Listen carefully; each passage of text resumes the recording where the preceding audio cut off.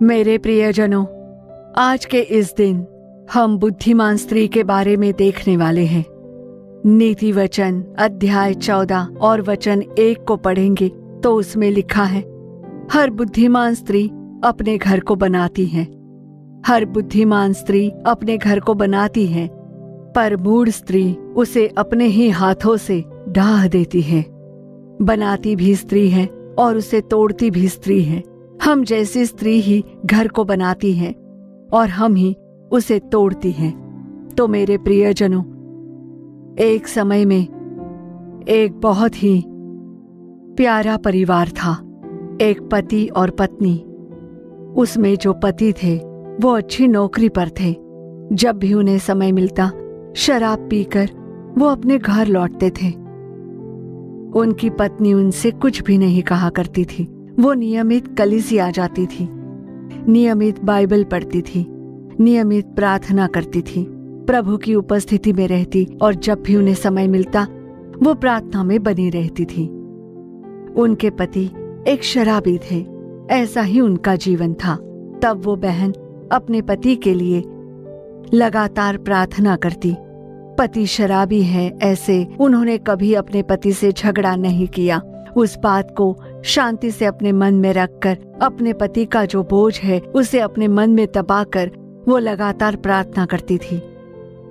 एक दिन आकर उस शराबी पति ने अपनी पत्नी से कहा, मेरे सभी फ्रेंड्स आने वाले हैं अपने घर, दावत पर मैंने बुलाया है, हमें उन्हें दावत देनी है, ऐसा उन्होंने कहा। तो तुरंत उस बहन ने कहा, ठीक है, उन्हें आने दीजिए, हम आपके दोस्तों को जरूर दावत देंगे। ऐसा कहकर वो बहन मान गई। अब देखिए, उनके पति ने सोचा, जो हमेशा शराब पीकर आते थे कि मैं हमेशा शराब पीकर आता हूँ, देर रात पहुँचता हूँ तो भी वो दरवाजा खोलकर मुझे अंदर आने देती है। कितनी भी रात गए वो मेरे लिए दरवाजा खोलती है, फिर रात को खाना खिलाती है, बहुत ही प्रेमी स्वभाव की है। ऐसा उन्होंने अपने फ्रेंड्स को, उनके जो शराबी फ्रेंड्स थे, उन्हें बताया, पर किसी ने उन पर विश्वास नहीं किया। तब उन्होंने कहा कि ठीक है, एक दिन तुम सभी लोगों को मैं अपने घर में दावत देता हूँ, तुम उस दावत में आना, मैं अपनी पत्नी से तुम्हें मिलाऊंगा, तब तुम जान जाओगे। ऐसा कहकर उन्होंने बुलाया। तो फिर बात पक्की हुई। अब उनके दोस्तों का दावत में आने का समय हुआ। उन्होंने अपनी पत्नी से भी कह दिया। अब उनकी पत्नी दावत की तैयारियां कर रही हैं। दावत की पूरी तैयारी हो गई। घर में मेज को सजा दिया गया था, थाली और पत्ते सजाए थे। सारी तैयारियां करने के बाद पत्नी उनके दोस्तों का इंतजार कर रही थी। अब देखिए, जो आने वाले थे वो सभी उनके पति के शराबी दोस्त थे और वैसे लोगों के लिए भी वो बहन बेसब्री से इंतजार कर रही थी कि वो कब आएंगे और कब मैं उन्हें खाना परोसूं। वो बहन उनका इंतजार कर रही थी और फिर एक के बाद एक उनके पति के दोस्तों का घर में आना शुरू हुआ।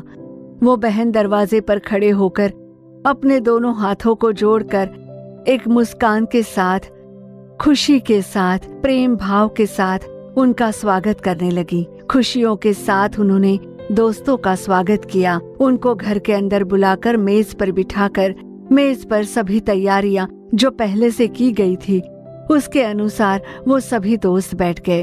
अब खाना परोसने का समय आया। सब लोग उस बहन की ओर देख रहे थे कि इस बहन का जो व्यवहार है वो कैसा होगा, किस तरह से वो खाना परोसेगी, वो देख रहे थे। पर वो जो बहन थी वो एक मुस्कान के साथ ही खाना परोस रही थी उन्हें। सब लोग खाना खा ही रहे थे और उनमें से अचानक एक व्यक्ति ने पूछा कि बहन, क्या हम आपसे एक सवाल करें? तब उन्होंने कहा कि क्या है, पूछिए, आपका ऐसा क्या सवाल है, उसे पूछिए। तब उनमें से एक भाई ने पूछा, आपको पता है कि हम शराबी हैं और इस समय भी हम शराब पीकर आए हैं, तो आपने आपके घर में हमें कैसे स्वीकार किया? और उतना ही नहीं, हमारे लिए तो आपने एक बढ़िया पकवान बनाकर हमें खिला रही हो। आप ऐसा कैसे कर सकती हो? आपका मन इतना उदार कैसे? और इतना ही नहीं, आपके पति भी तो शराबी हैं। उन्होंने भी यही कहा कि उनके साथ भी आप बहुत ही प्रेम से बर्ताव करती हो। ऐसी गवाही आपके पति ने हमें दी है, तो क्या ये सब सच है? ऐसा उस व्यक्ति ने उस बहन से सवाल किया। तो मुस्कुराते हुए उस बहन ने जवाब दिया कि मेरे पति का मैं सम्मान करती हूँ, ये तो बिल्कुल सच है। उनके लिए सारा काम करती हूँ, ये भी बिल्कुल सत्य है। मैं एक प्रभु की बेटी हूँ रोजाना मैं बाइबल पढ़कर प्रार्थना करती हूँ, पर सिर्फ एक ही बात है जो लगातार मुझे वेदना पहुंचाती है, मुझे दुख देती है कि मेरे पति को मन फिराना होगा, वो प्रभु यीशु की संतान बने। मेरे पति को बदलना है। वो इस संसार को छोड़ेंगे तो स्वर्ग में जाना होगा, नर्क में नहीं जाना चाहिए, उन्हें स्वर्ग में जाना चाहिए। बस वही मेरे मन की इच्छा है जिसके लिए मैं लगातार प्रार्थना करती हूँ। बाकी तो मेरे मन में कोई ऐसी बात नहीं है। ऐसा जवाब जब उन्होंने दिया तब यही शब्द जो उस बहन के शराबी पति के थे उनके मन में बातें करने लगे। क्या आज भी अगर मेरी जान चली गई तो क्या हम नर्क जाएंगे या फिर हम स्वर्ग में प्रवेश कर पाएंगे? इसका निर्णय हमें ही तो लेना है। ऐसा सोचते हुए वो शब्द उनके मन में बात करने लगे और ठीक तभी उन्होंने अपना मन फिराया कि अब मैं शराब नहीं पीऊंगा, उसे स्पर्श तक नहीं करूंगा और परमेश्वर की संतान बन जाऊंगा। मैं अभी अपना जीवन बदलता हूँ।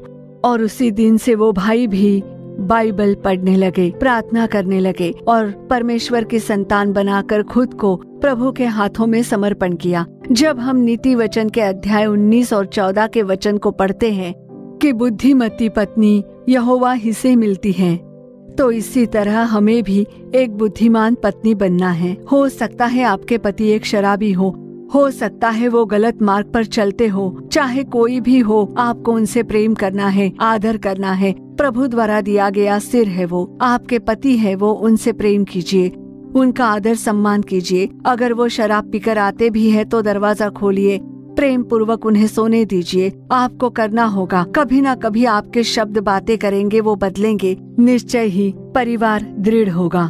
कई बहनें अपने परिवार के टूटने का कारण बन रही हैं। बिना समझ के जो कार्य करती है, बिना सोचे समझे जो बातें करती है, वही हमारे परिवार को तोड़ती है। हमें एक समझदार स्त्री के रूप में हमेशा ही होना चाहिए।